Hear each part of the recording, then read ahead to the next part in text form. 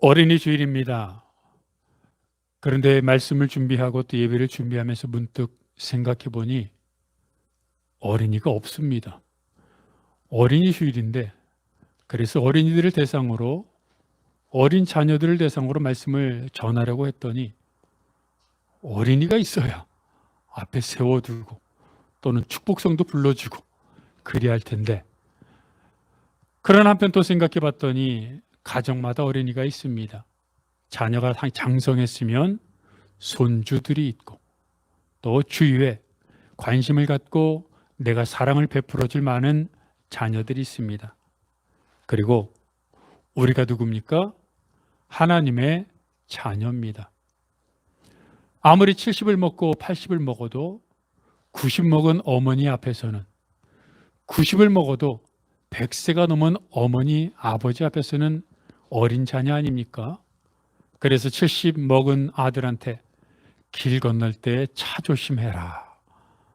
이런 얘기 한다고 하지 않습니까?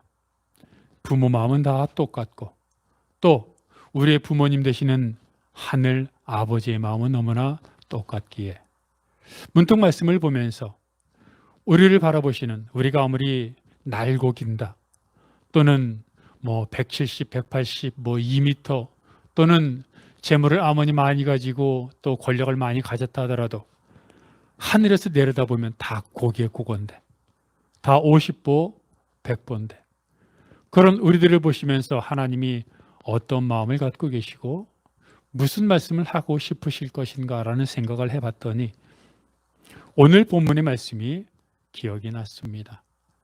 신명기는 여러분이 아는 것처럼 이스라엘 백성들이 출애굽한 이후에 40년 동안 광야 생활을 하고 이제 가나안으로 들어가기 바로 직전에 요단강 건너편 모압 땅에 머물러 그곳에서 마지막으로 모세가 백성들에게 했던 고별 설교입니다. 이 설교를 통해서 하나님은 이스라엘 백성들이 앞으로 들어갈 젖과 꿀이 흐르는 가나안 땅에서 너희는 제발 이렇게 살았으면 좋겠다. 얘들아, 애굽처럼 살지 말고 가나안에 걸맞는 삶을 살아라 라고 이야기해 주고 있습니다. 그런데도 우리들은 그 말씀을 들으며 여전히 내 방식대로 살고 있지는 않은지 돌아보면서 그렇지 않습니까? 늘 부모님은 이야기하지만 또 많은 사람들이 권면하지만 젊은이들은 내가 하고 싶은 게 있고 내가 살고 싶은 방식이 있기에 이런저런 경험 다 하고 나서 나중에 그때 그 말씀처럼 살아야겠구나 하고 뉘우치는 것이 아니라 이 말씀을 통해 하나님이 얘들아 인생은 이거야. 너희가 인생에서 정말로 행복해지고 싶으면 이렇게 살아야 돼. 굳이 빙빙 돌아다닐 필요 없지 않냐라고 말씀하시는 이 말씀을 기억하면서 내 생각과 하나님의 말씀이 얼마나 다른지 그리고 하나님의 말씀과 내 생각이 다르면 어떻게 해야 되는지 다시 한번 돌아보면서 하나님 말씀대로 바르게 살아야겠다. 정말로 행복한 삶을 살아야겠다는 생각을 하면서 말씀을 듣기를 원합니다. 하나님은 첫 번째로 이 말씀을 너희가 건너가서 차지할 땅에서 행할 것이라고 말씀하셨습니다. 제일 먼저 하나님은 오늘 본문을 통해 뭐라고 말씀하셨냐면 이 말이 죽음을 앞둔 모세가 이스라엘 백성들을 기억하며 걱정하여 죽기 전에 노파심에 유언하듯이 얘들아 제발 이렇게 살아라 하는 권면의 말이 아니라는 겁니다. 성경은 분명하게 하나님이 모세를 통하여 이스라엘 백성들에게 명령했다고 이야기합니다. 여러분, 여호와를 하나님으로 믿는다면, 여호와를 주님으로 믿는다면, 그렇다면 주인이신 하나님이 우리에게 명령하신 그 명령을 우리가 준행하는 것 외에는 아무런 다른 길이 없음을 알아야 합니다. 그러면서 오늘 본문에서 뭐라고 말합니까? 하나님께서 이렇게 명령하셨는데 이 명령은 앞으로 너희가 건너가서 살게 될, 다시 말하면 가나안 땅에서 행해야 할 법이다라고 말합니다. 법입니다. 여러분, 법 위에 아무것도 없습니다. 하나님의 법이 모든 것을 좌우합니다. 그런데 어디서 행해야 할 법이라고요? 앞으로 건너가서 차지할 땅, 즉 가나안에서 행할 법입니다. 가나안이 어디입니까? 하나님의 백성들이 하나님의 백성답게 신앙생활을 하며 하나님을 사랑하며 하나님을 섬기며 살아가는 땅이요, 시간이요, 그 삶의 모습이 가나안입니다. 다시 말하면 우리가 신앙생활을 하며 살아가는 그 시간의 모험이 가나안이고, 내가 신앙생활을 하며 살아가는 회사와 거래처 사람들을 만나는 그 장소와 또는 내가 운전을 하며 가는 그 시간조차도 또는 그 장소조차도 모두가 가나안인 것입니다. 그래서 하나님은 그 가나안에서 너희가 신앙생활을 하려면 이렇게 말씀하시는 겁니다. 제대로 해라. 믿으려면 확실하게 제대로 믿어라 명령하시는 겁니다. 사도 바울이 서신서를 통해 많은 성도들에게 권면했던 말들 중에 저는 늘 기억에 머리에 떠오르는 그런 구절들이 있습니다. 무엇을 먹든지 무엇을 마시든지, 또 바울은 뭐라고 말했습니까? 너희가 살든지 죽든지 여호와의 영광을 위해 하라 명령했지요. 한편으로 이 말을 들으면 야, 정말 그렇게 살아야지라고 다짐하기도 하지만 또 한편으로는 심하다는 생각을 합니다. 어떻게 그렇게 살 수 있어? 아니, 먹는 것과 마시는 것은 가장 기본적인 것 아닙니까? 죽는 것, 사는 것 가장 중요한 것 아닙니까? 그런데 가장 기초적이고 가장 중요한 모든 것을 주의 영광을 위해서 하라고 한다면 도대체 숨 쉴 구멍이 어디 있냐는 겁니다. 때로는 흔히 말하는 것처럼 인간답게 살고 싶지 않습니까? 때로는 내가 하고 싶은 대로 욕심도 좀 부리고 다른 사람과 다툼도 하고 또는 미워도 하고 싸워보기도 하고 욕심을 따라 정말 내가 돈도 많이 벌어보기도 하고 이런저런 삶을 살아보고 싶은 것, 그게 당연한 본능, 욕구 아닙니까?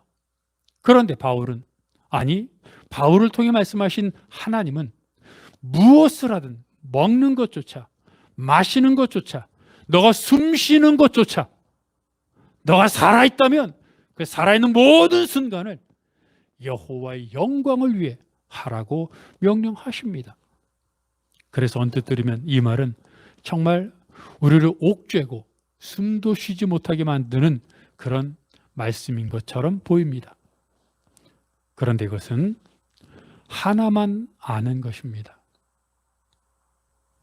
하나님이 우리에게 무엇을 하든 먹는 것조차 마시는 것조차 그리고 사는 것조차 죽는 것조차 하나님의 영광을 위해 하라는 것은 우리를 올가매고 우리를 숨도 못 쉬게 하기 위해서 한 것이 아니라 그렇게 할 때 우리 안에 참된 기쁨과 행복이 넘치기 때문입니다. 그것을 아시는 하나님께서 우리가 하나님의 말씀을 믿고 진정한 행복을 누리도록 위해 더 이상 방황하지 않고 하나님의 말씀을 따라가면 그것을 깨달을 수 있도록 명령하신 것입니다. 바울과 실라가 2차 선교 여행을 하던 중에 빌립보에서 귀신 들린 여종을 고쳐준 적이 있습니다. 그 결과가 무엇이었습니까? 칭찬받기는커녕 모함받고 채찍질 당하고 고문당하고 빌립보 지하 감옥에 갇혔습니다. 얼마나 억울합니까? 얼마나 아픕니까? 얼마나 답답합니까? 모함한 사람들을 향해서는, 채찍질한 사람들을 향해서는 화가 나기도 하겠지만 바울과 실라 입장에서 그 모든 것을 주관하는 하나님을 바라보면 얼마나 섭섭했겠습니까? 주님, 우리가 주를 위해 이렇게 헌신하는데 대가가 이겁니까? 분명히 불평하고 삿대질 할 만했습니다. 그런데 바울과 실라가 그렇게 채찍질 당하고 지하 감옥에 갇혔을 때 했던 일이 무엇이었습니까? 큰 소리로 하나님을 찬양하고 기도했습니다. 찬양했다는 게 뭘 말합니까? 감사했다는 겁니다. 기뻐했다는 겁니다. 어떤 사람들은 이 말을 읽으며 화가 날지 모릅니다. 왜 찬양합니까? 왜 기뻐합니까? 기뻐할 수 있습니까? 라고 소리 지를지 모릅니다. 그렇습니다. 이것은 이성적으로 이해되지 않는 일입니다. 이렇게 할 수 없습니다. 누가 이렇게 억울하고 답답하고 아픈데 언제 나갈지도 모르는데 어떻게 하나님을 찬양하고 감사하고 기도할 수 있습니까? 그런데 한편으로 이런 생각을 해봅니다. 이렇게 하고 싶지 않습니까? 바울과 실라처럼 이 세상을 살다 보면 얼마나 억울한 일을 많이 맞이합니까? 얼마나 답답할 때가 많습니까? 얼마나 힘들고 상처나고 쓰라리고 또 지하 감옥에 갇힌 것처럼 언제 이 일이 끝날지 모르는 답답함으로 몸부림치며 밤샐 때가 얼마나 많습니까? 여러분 생각해 보십시오. 지난 날들이 기쁨과 감사만으로 가득 찼습니까? 하느님마다 잘 됐습니까? 다른 사람들이 나를 칭찬하고 나를 격려해주고 나를 존경했습니까? 답답하고 섭섭하고 상처받고 또 이런 상황들이 언제 끝날지 몰라 밤새 괴로워했던 일들이 얼마나 많았습니까? 그런데 바울과 실라처럼 이런 상황에서도 기뻐할 수 있다면 여러분 잘 아십시오. 억지로 기뻐한 것이 아닙니다. 이들이 남들이 보니까 성경에 기록하려고 기뻐한 척 한 것이 아닙니다. 이들은 그렇게 답답하고 상처받고 힘들었지만 기뻤습니다. 감사했습니다. 하나님을 향하여 찬양했습니다. 그렇다면 여러분 이게 이성적으로 이해되지 않고 그럴지라도 이렇게 살고 싶지 않습니까? 답답해도 내가 언제 이런 어려움이 끝날지 몰라도 아파도 그냥 내 마음속에서 하나님을 향한 기쁨의 감사가 우러나와 하나님께 감사하고 하나님 감사합니다. 주를 위해 시련받게 하시고 주를 위해 감옥에 갇히게 하시고 이런 가운데서도 나와 함께 하시는 하나님 감사합니다라고 고백하고 싶지 않습니까? 이렇게 할 수만 있다면 여러분 이런 상황에서 불평과 감사를 선택할 수 있다면 그리고 감사하는 마음이 생길 수 있다면 기뻐하는 마음이 넘칠 수 있다면 그렇게 살고 싶지 않습니까? 이것이 하나님이 믿는 자들에게 주시려고 하는 행복이요 믿는 자들에게 부어주시고 계획하신 기쁨이라는 겁니다. 상황과 환경과 상관없이 마음속에 우러나오는 기쁨과 감사의 삶. 바울과 실라는 그것이 무엇인지 알았고 그것을 누린 사람입니다. 이것이 예수님이 말씀하시는 씨 뿌리는 비유에 나오는 사람들의 점진적인 단계의 신앙의 모습입니다. 어떤 사람들은 길가와 같은 마음을 가졌습니다. 무슨 마음입니까? 아무리 말씀을 들어도 감흥받지 않습니다. 감동받지 않고요. 지루해합니다. 하품하고 듣기 싫어하고 그래서 말씀을 전하거나 전도하면 어떤 사람은 정중하게 거절하고 어떤 사람은 매몰차게 거절하지만 태도만 다를 뿐이지 그들은 길가와 같은 마음입니다. 하나님의 말씀에 전혀 기울이지 않습니다. 그런데 이런 사람들이 신앙생활을 조금 하다 보면 흙이 얕은 돌밭처럼 됩니다. 어느 날 그동안 아무런 관심도 없었는데 말씀을 듣는 순간 그 말씀은 나에게 주신 위로라는 것이 깨달아지고 눈물이 쏟아집니다. 어느 날 내가 앉아있는데 주변에 있는 다른 사람들은 다 보이지 않고 하나님이 오직 나에게만 하시는 말씀이라는 것이 깨달아집니다. 그리고 행복해지고 눈물이 나고 감격합니다. 이것이 흙이 얕은 돌밭과 같은 마음입니다. 문제는 뿌리가 없다 보니까 자주 넘어진다는 겁니다. 은혜 잔뜩 받고 나가서 주차장에서 차 빼다가 싸웁니다. 이게 흙이 얕은 돌밭과 같은 사람들의 신앙입니다.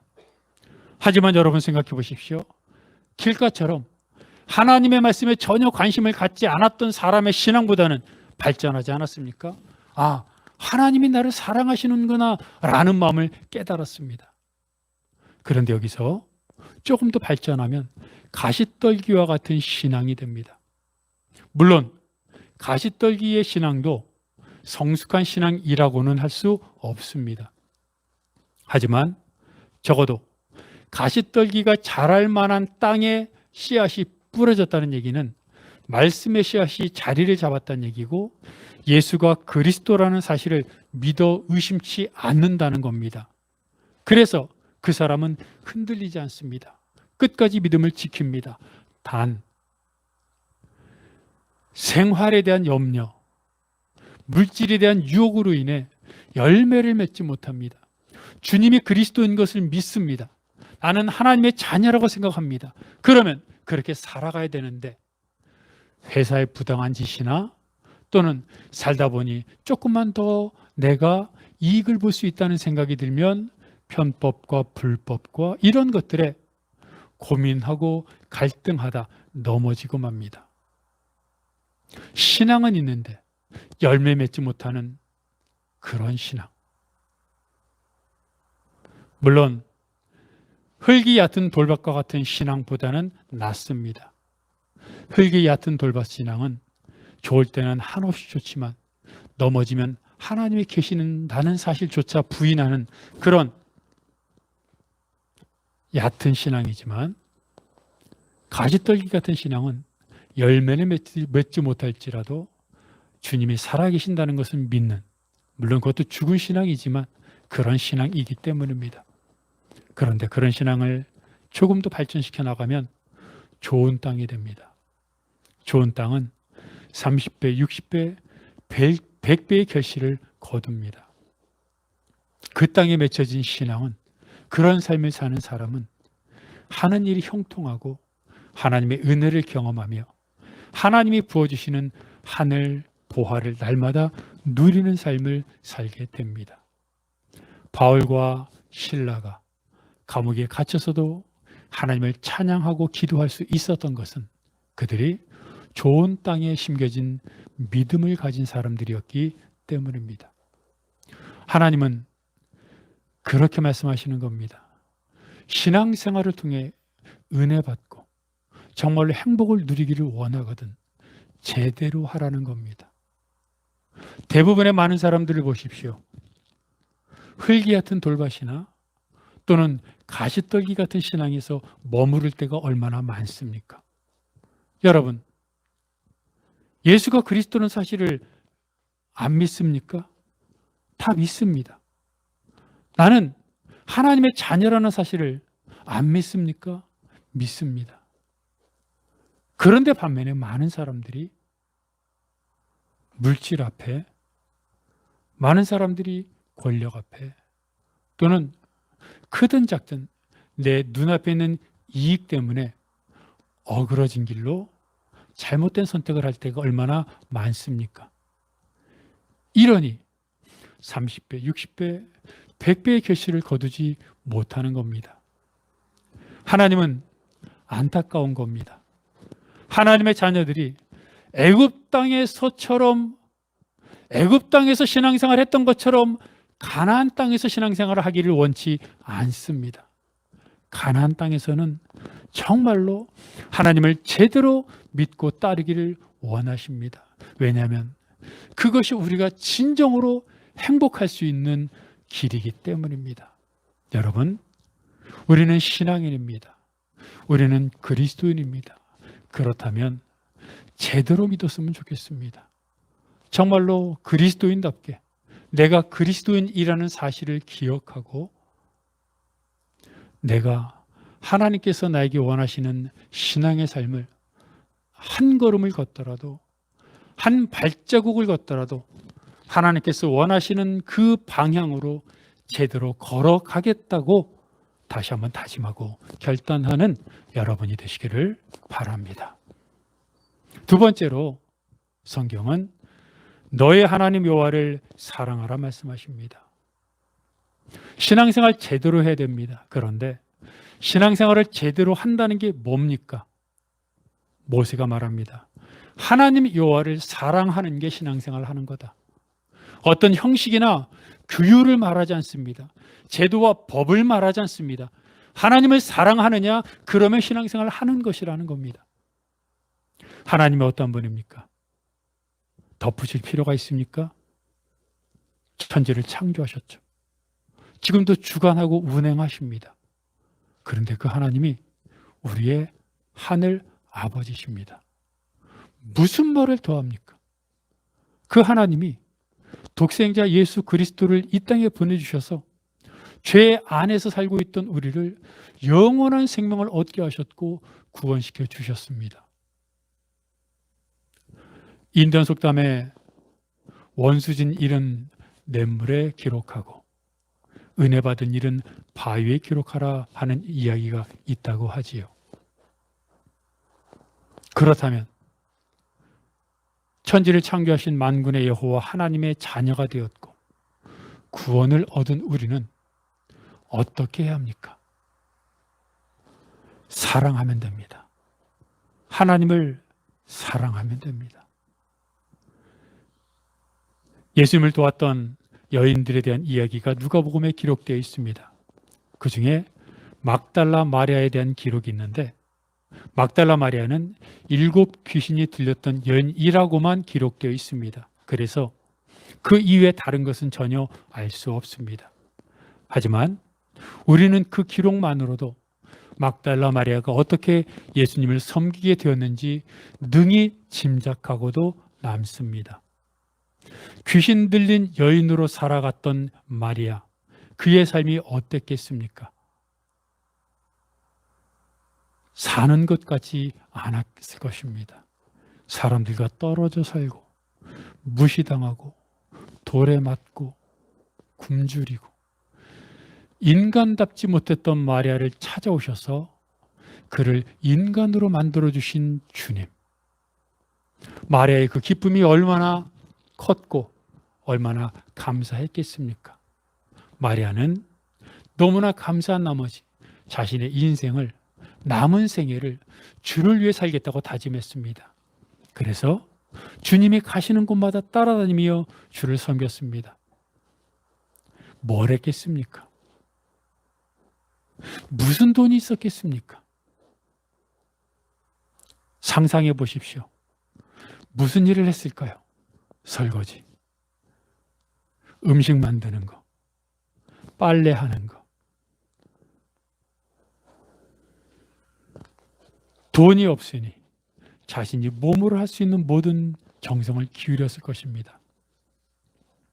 어쩌면 사람들은 그것을 별것 아니라고 생각했을지 모릅니다. 그런데 주님도 별것 아니라고 생각했을까요? 마리아는 자기가 할 수 있는 전부를 한 겁니다. 돈이 없어서 그랬지. 만약 돈이 있었으면 모든 돈을 다 털어 주를 위해 썼을 것입니다. 그는 음식을 만들 때도, 빨래를 할 때도, 설거지를 할 때도 주님이 드시는 것이고 주님이 입으실 것이고 주의 사역을 위한 것이라고 생각하면서 정성스럽게 최대한 열심으로 했을 것입니다. 74세 노인이 99세 어머니를 모시고 여행을 하는 이야기가 있었지요. 중국 흑룡광에 사는 왕일민이라고 하는 할아버지는 74세인데 99세인 어머니가 늘 입버릇처럼 서장에 가고 싶다. 서장은 어떤 곳일까라고 이야기하셨습니다. 서장은 세계 지붕이라고 하는 티벳을 일컫는 말입니다. 여러분 알잖아요. 가장 높은 고원, 지상에서 가장 높은 곳, 그러니까 하늘에서 보면 가장 가까운 곳. 어머니가 어디서 그런 얘기를 들었는지, 티벳이 어떤 곳인지 아무것도 모르지만 늘 입버릇처럼 서장은 어떤 곳일까? 가고 싶다. 막 이런 얘기를 했습니다. 그랬더니 74세 노인인 왕일민 그 아들이 어머니를 모시고 여행을 떠납니다. 그게 다큐멘터리로 제작됐고 책으로도 나왔는데 어머니와 함께한 900일간의 소풍이라는 책으로도 나왔습니다. 뭘 타고 갔을까요? 돈이 없으니 세발 자전거에다가 수레를 매달았습니다. 끈으로. 그래서 앞에서 74세 노인인 아들이 자전거를 타고 뒤에 수레는 어머니가 앉아서, 어머니 수레에 앉아서 내가 자전거 몰 테니까 실컷 구경하세요.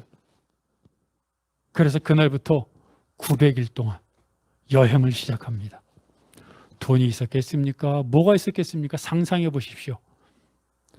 길에서 밥을 먹습니다. 개천에서 빨래를 하고 또 몸을 씻습니다. 노숙을 합니다. 제대로 대접받지도 못하고 얼마나 때로는 춥고 때로는 더웠겠습니까?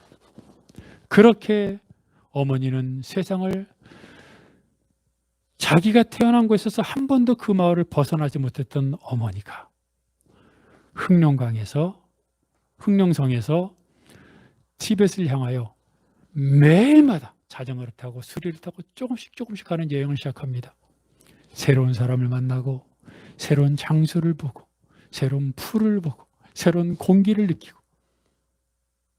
그러다가 어머니가 103세의 생일을 앞두고 그만 세상을 떠났습니다. 여행을 마치지 못한 겁니다. 어머니는 세상을 떠나면서 이렇게 말했습니다. 얘야, 너와 함께 했던 이 여행이 내 생애 최고의 순간이었단다. 그런데 그 아들은 그 어머니의 소원을 알았기에 유고로 화장을 한 다음에 그 화장한 유고를 갖고 7개월 동안 또 서장으로 갑니다. 그래서 티벳에 도착해서 티벳에다가 어머니의 유해를 뿌렸습니다. 얼마나 많은 고생을 했을까요? 맛있는 식사나 제대로 했겠습니까? 그런데 그 책에 표현해 보면 어머니가 아들한테 얘 힘드니 천천히 자전거 몰아라 라고 말하면서 하나 남은 이를 드러내고 환하게 웃는 그런 장면들을 이야기합니다. 이도 없어요. 그런데 아이도 아니죠. 74세 노인이었으니 그 노인이 아이입니까? 노인을 걱정하면서도 세상을 여행하는 게 너무 좋아가지고 천천히 운전해라, 천천히 자전거 몰아라 하면서도 좋아가지고 환하게 웃으면서 하나밖에 없는 이가 드러나는 그 할머니의 모습을 상상해 보십시오.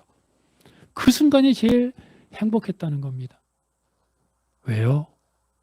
아들이 어머니를 사랑하니까 자기가 할 수 있는 것으로 한 겁니다. 남들은 왜 그렇게 고생하느냐라고 말할지 모릅니다. 그런데 어머니와 아들은 그게 행복이었고 그게 사랑이었습니다. 방법이 문제가 아닙니다. 정도가 문제가 아닙니다. 사랑하면 됩니다. 사랑하면 방법과 어떻게 할 것인지가 다 나옵니다. 마음이 떨어지니, 사랑하는 마음이 식으니 방법이 나오지 않고 정도가 약해지는 겁니다. 내가 하나님께 받은 은혜를 생각하면 여러분 그럴 때가 있지 않습니까? 문득 열심히 살다가 내가 하나님께 받은 은혜가 느껴질 때가 있지 않습니까? 그럴 때마다 눈물이 나고 그럴 때마다 마음의 평안이 느껴지면서 주님 내가 주를 위해 살겠습니다라고 물론 넘어지기도 하지만 얼마나 우리가 다짐을 합니까? 그러면 되는 겁니다. 그런 다짐이 있으면 내가 주를 위해 조금이라도 더 헌신하게 되어 있습니다. 그래서 하나님 말씀하십니다. 너의 하나님 여호와를 사랑하라. 하나님 여호와를 사랑하고 더 사랑하는 여러분이 되시기를 바랍니다. 세 번째로 성경은 마음의 세계라고 이야기합니다. 신앙생활을 할 때 제대로 해야 됩니다. 제대로 하는 건 하나님을 사랑하는 겁니다. 문제는 자꾸 잊어버립니다. 사람은 망각의 동물이라고도 하지만 세상에 나가서 살다 보니까 제일 중요한 정체성, 내가 누구인지를 기억해야 되는데 나는 그리스도인이요? 나는 하나님의 자녀라고 하는 정체성이 자꾸 뒤로 밀려납니다. 어떤 생각이 앞섭니까? 나는 아버지다. 나는 어머니다. 나는 회사인이다. 나는 돈을 벌어야 한다. 내가 열심히 일해야 가족이 먹고 살고, 내가 열심히 일해야 승진하고, 내가 열심히 일해야 돈을 번다. 이런 생각이 자꾸 앞섭니다. 왜요? 세상에 살다 보니, 세상의 흐름에 쫓기다 보니 나도 모르게 자꾸 세상의 그 바람과 세상의 분위기에 내가 젖어버리게 되는 겁니다. 그래서 주님은, 하나님은 우리에게 자꾸 기억하라고 말씀하십니다. 하나님이 우리에게 은혜를 주시고 하나님이 우리에게 예비하시고 계획하신 하나님의 능력과 은혜의 삶이 있어도 내가 그것을 들었어도 잊어버리고 나면 무슨 소용이 있습니까? 그래서 성경은 뭐라고 말합니까? 자주 보이는 곳에 쓰라고 말합니다. 잊어버리지 않도록. 그래서 손목에 쓰라고 말합니다. 이마에 쓰라고 말합니다. 거울을 볼 때마다, 걸을 때마다 손목을 보면서 하나님의 말씀대로 살아야지. 다른 사람, 내 이마에도 있지만 내 이마에도 있으면 다른 사람의 이마에도 있지 않겠습니까? 다른 사람의 이마를 보면서 하나님의 말씀대로 살아야지. 문설주에 붙이라고 말합니다. 문 바깥에 붙이라고 말합니다. 문에서 나갈 때, 또 문을 통해 들어올 때 하나님의 말씀대로 살아야지. 이게 마음의 색이라고 하는 하나님의 명령입니다. 소는 하루에 7시간 내지 9시간을 풀을 뜯고 되새김질을 한다고 합니다.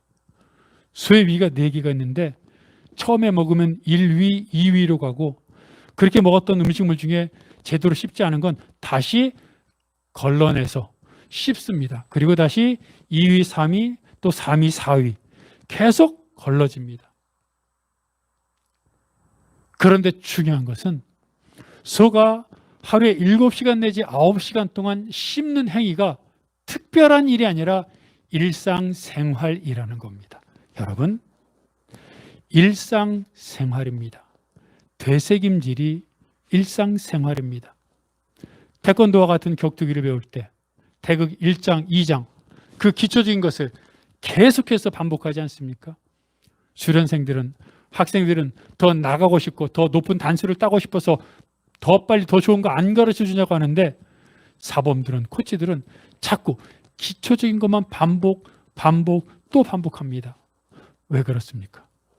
기초적인 것을 반복해서 그 태극이, 태권도가 내 일상생활이 될 때, 무슨 공격을 받거나 위급한 일이 생기면 나도 모르게 내 일상생활이 된 태권도의 기본 동작이 나오는 거기 때문입니다. 그게 뭡니까? 묵상입니다. 하나님의 말씀을 묵상해야, 하나님의 말씀을 읽고 되새김질하는 게 특별한 일이 아니라 내 일상생활이 되어야 하나님이 나에게 약속하시고 말씀하시고 명령하신 그 모든 것이 내 것이 되는 겁니다. 말씀을 들을 때는 기억합니다. 하지만 세상에 나가서 살다 보면, 회사 일을 하고 사람들과 부대끼고 살다 보면 어느덧 하나님의 말씀이 잊혀집니다. 하지만 묵상을 통해 하나님의 말씀을 개워내고 되새김질하고 그것이 내 삶이 될 때, 그래서 누군가 무슨 결정을 하고 계약을 하고 어떤 선택을 할 때마다 순간순간 내가 묵상했던 말씀이 튀어나와 개워져 되새김질 되어져서 내 일상생활이 되어져서 무슨 선택을 할 때 하나님의 말씀대로 해야지. 내가 어떤 사람과 관계 속에서, 갈등 속에서 어떤 표정을 짓고 어떤 말을 하고 어떤 태도를 취할 것인지 하기 바로 직전에 순간적으로 본능적으로 내가 하나님 말씀대로 행동해야지라는 생각이 나를 통제하는 겁니다. 나를 인도하는 겁니다. 그리고 그렇게 살아갈 때 내가 좋은 땅이 되고 바울과 실라처럼 감옥에 갇혀서도 언제 나갈지 모르는 상황에서도 답답하고 억울하고 섭섭하고 상처받은 상황에서도 나도 모르게 내 안에 기쁨이 넘쳐나는 생활이 되는 겁니다. 여러분, 하나님이 우리에게 원하시는 신앙이 그겁니다. 예수원에 있는 대천덕 신부를 만났던 어느 젊은 사람이 만나자마자 이렇게 물어봤다고 합니다. 신부님은 40년 동안 이 깊은 산속에서 영향력 있는 사역을 행하셨는데 그 비결이 무엇입니까? 그랬더니 대천덕 신부님이 1초도 망설임이 없이 이렇게 대답을 했다고 합니다. 말씀을 묵상하고 기도하는 겁니다. 대천덕 신부님에게 말씀을 묵상하고 기도하는 건 일상생활이었습니다. 되새김이었습니다.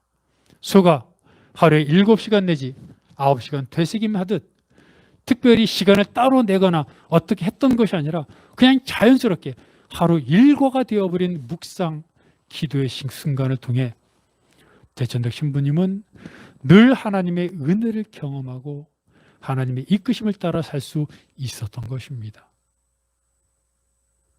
오늘 성경은 이렇게 말합니다. 이것을 자녀에게 부지런히 가르치라. 내가 하나님을 경험해야 내 자녀에게 가르칠 수 있습니다. 내가 경험하지 못한 것, 자녀에게 가르칠 수 없고 가르친다고 해도 따르지도 않고 또 나도 한두 번 말하고 나서 신경 쓰지도 않습니다. 왜냐하면 나도 경험하지 못했으니까요. 그러나 가르치는 것은 이론이 아닌 실제입니다. 내가 경험하지 못한 것을 가르치면 단번에 압니다. 하지만 내가 경험하고 그렇게 살면서 자녀에게 부지런히 가르치고 함께 그렇게 살아갈 때 내가 경험했던 하나님의 은혜와 능력을 자녀도 경험하게 될 것이고 그 가정은 정말로 하늘나라가 될 것입니다. 하나님은 우리가 대충 신앙생활을 하는 걸 바라지 않습니다. 왜냐하면 제대로 신앙생활을 해야 신앙의 묘미를 깨닫기 때문입니다. 기도했으면 응답 받아야 되지 않습니까? 어려운 일이 있을 때 하나님의 음성을 들어야 하지 않습니까?